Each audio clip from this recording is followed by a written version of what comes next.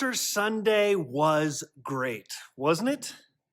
Now, maybe you don't feel like this, maybe it's just me, but sometimes I feel like we do all this buildup and then, well, then it's Monday. And you know how Mondays are.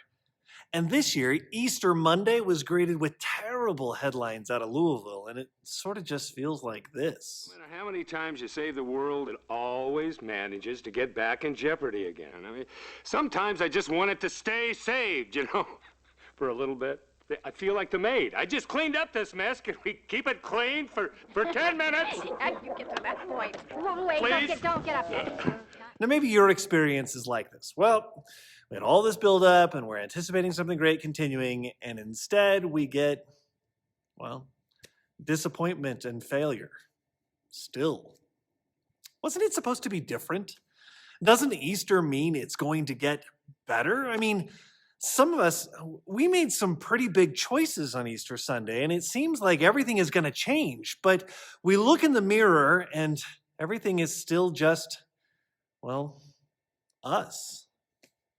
Can I encourage you today? If that's how you feel, I just want to encourage you.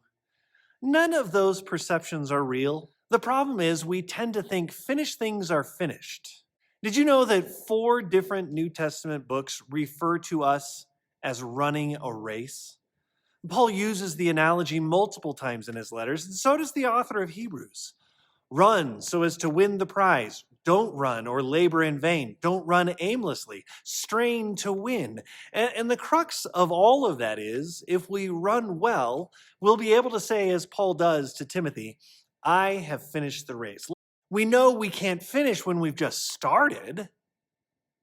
Easter Sunday always gives way to the week after Easter.